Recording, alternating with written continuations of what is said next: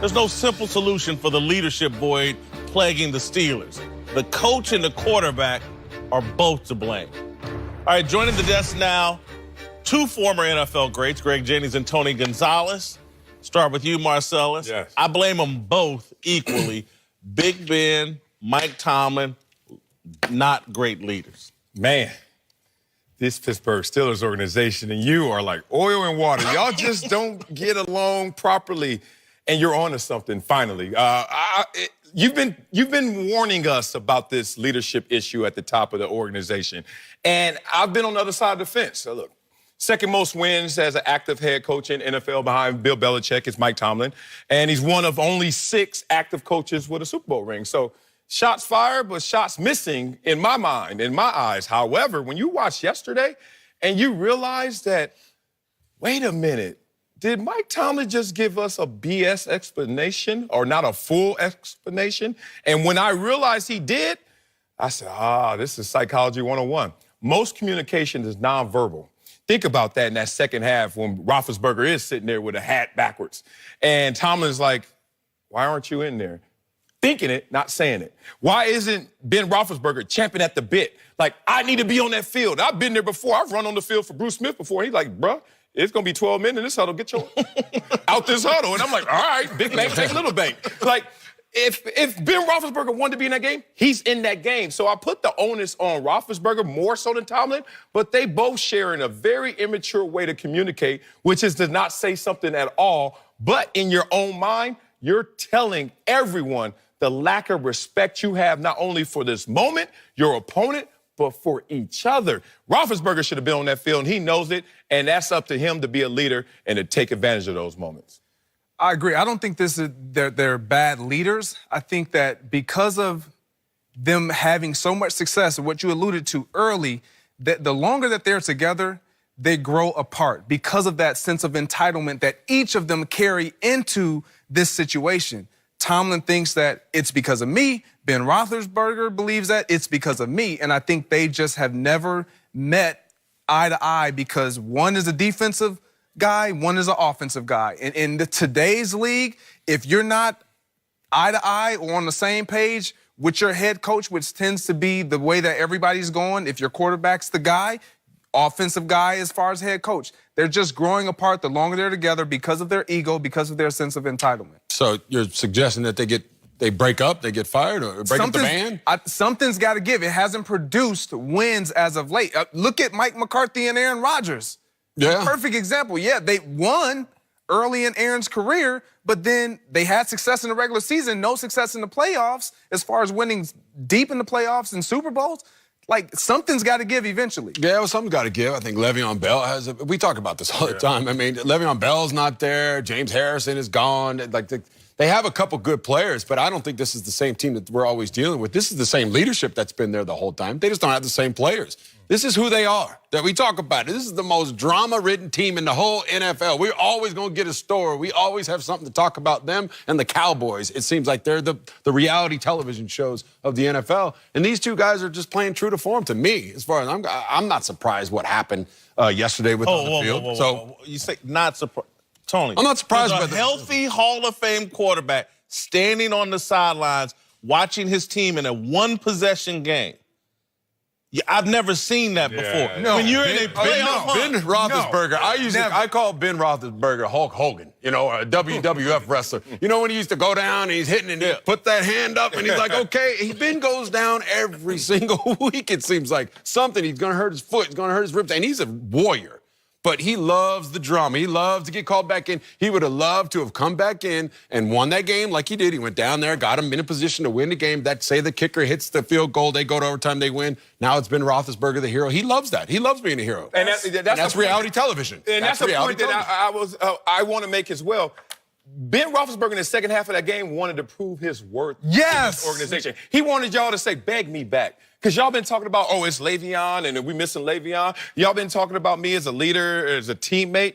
Okay, let's see what you got without me. And let's just end in a moment where you might have melded in mentally, even though you haven't won in Oakland since Tupac was alive. Like, they ain't won in Oakland since '95. But Roethlisberger is being petty in this moment. He's just looking at you like, beg me back. And Tomlin like, I ain't begging nobody. I'm matter-of-fact coach, winning Super Bowl coach my damn self. And they just sitting there having a that sounds really immature on Like both. but they've always they have done that contest. Ben last year, I mean, I think I'm going to retire. I don't know how much more. You're like, he my loves, word. this is Ben Roethlisberger, and it works for him, and he's got 2 Super Bowl rings, way more than me, so I don't know. It's working. Both That's have what I a always sense say. of entitlement. Yesterday, when you watch that, it's Tomlin saying, look, who says, oh, my quarterback, I thought my quarterback, he was just starting to get it going, and Doug, really, I don't care. If Ben really wanted to go into your point earlier, if he really wanted to go in right away when he comes back to the sideline, he goes in. It doesn't matter who's on the field, and I'm done giving them excuses of, yeah, this is no Le'Veon Bell. Every team has a change of offensive personnel, defensive personnel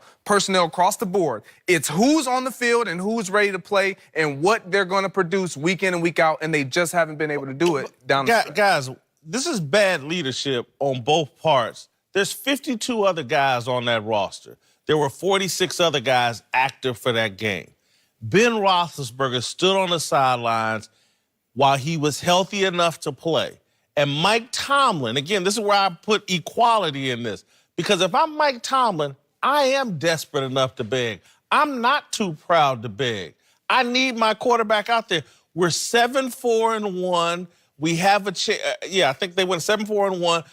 This game is critical. Baltimore was right there with the Chiefs. This could have all blown up in their face, and they would have been in second place in their division. I'm desperate enough to say, hey, Ben, get back out there. That's why I believe they both decided, because Tomlin's already shown his hand.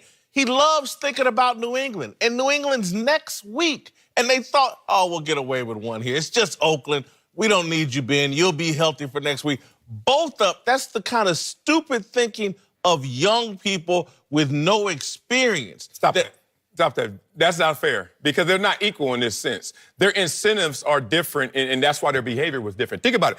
Roethlisberger has one primary concern, which is to play quarterback and get on that field. If you look at Mike Tomlin, he has to deal with not only Roethlisberger, but every other player, offense, defense, special teams. Hey, I come out of halftime, medical staff, is he ready? Nah, he's still in there in the tunnel. Okay, I got a team to coach. And then Roethlisberger, you have one thing to do.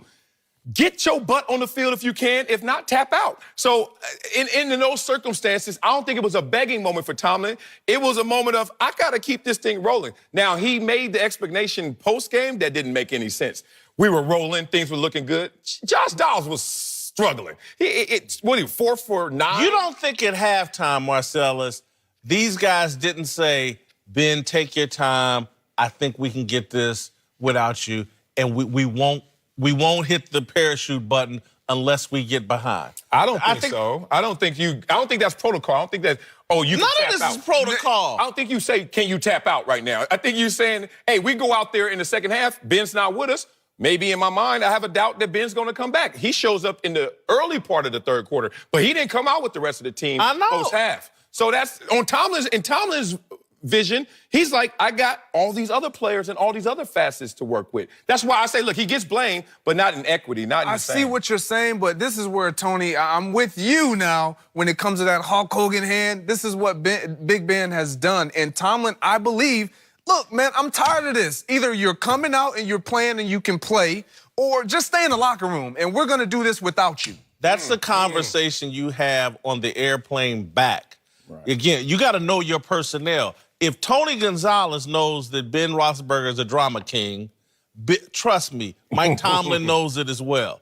And we all know. We've all watched what Tony's talking about with Ben. We know he likes drama and likes the attention. In that moment during the game, Tomlin can't get into a little petty deal with Big Ben. That has to be handled after the game, on the airplane back. Hey, man, you got to quit pulling this BS. This is unfair to the teammates, blah, blah, blah, blah, blah. But we need to win this game. This was a nightmare scenario for Tomlin and Big Ben. And I love your point, analogizing this to Aaron Rodgers and Mike McCarthy, because it can, again, it won't happen this year. But if they miss the playoffs or bow out of the playoffs in the first round because they had to go on the road, next year, the entire conversation is going to be about, do Ben and Mike Tomlin get along? And right now, I vote they do not. I agree. I think going forward, Winning cures everything, makes everything okay. It makes you brush everything underneath the table. You start losing, everything comes out. It's what happened in Green Bay. If they had a winning record right now, none of this would have happened. And so I would anticipate the Steelers, if they go true to form, they're going to figure this out. They're going to get to the playoffs. They got the Patriots in the Saints. I know it's going to be tough, but hey, they got the players. Expect the offseason book like Phil Jackson used to. This is how Phil Jackson handled it. He write a book about Kobe. He'd be like, look, I'm tired of your drama, Kobe. Here come the book, read page 284.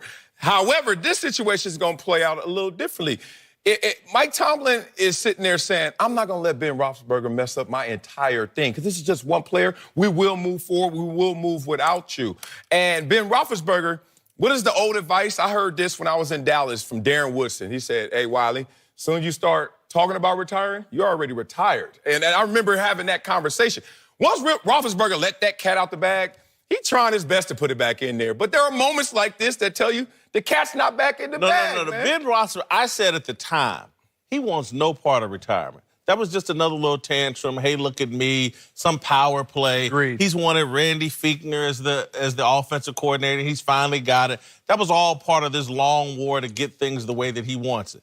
And now, and again, this is what happens with guys like Big Ben that are me guys and bad leaders.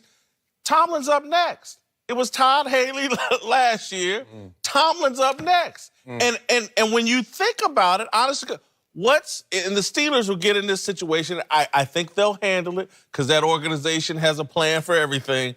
But if you had to choose between 3 or 4 more years of Big Ben or staying the course with Tomlin, what do you do? Tomlin, not even close. I don't know if it's that not easy even of a close. decision. You got to think about what we all know coaches outlast players. So let's just say, if it's a tiebreaker, we're going to go with the coach. Not so much in the same team. The big thing for me is when I look at the league, before the season started, we were talking about the New England Patriots, Tom Brady, and Bill Belichick. The difference of what everybody cannot do that they can do, their differences aren't as big when it comes to the goal that they have as a team. When you look at Tomlin, you look at the Green Bay Packers, egos get in the way and kind of cloud the overall goal to where, no, it's going to be my way. And then you get that point of where you're saying, we got to handle this on the plane. Well, no, I can't handle this because I'm being petty.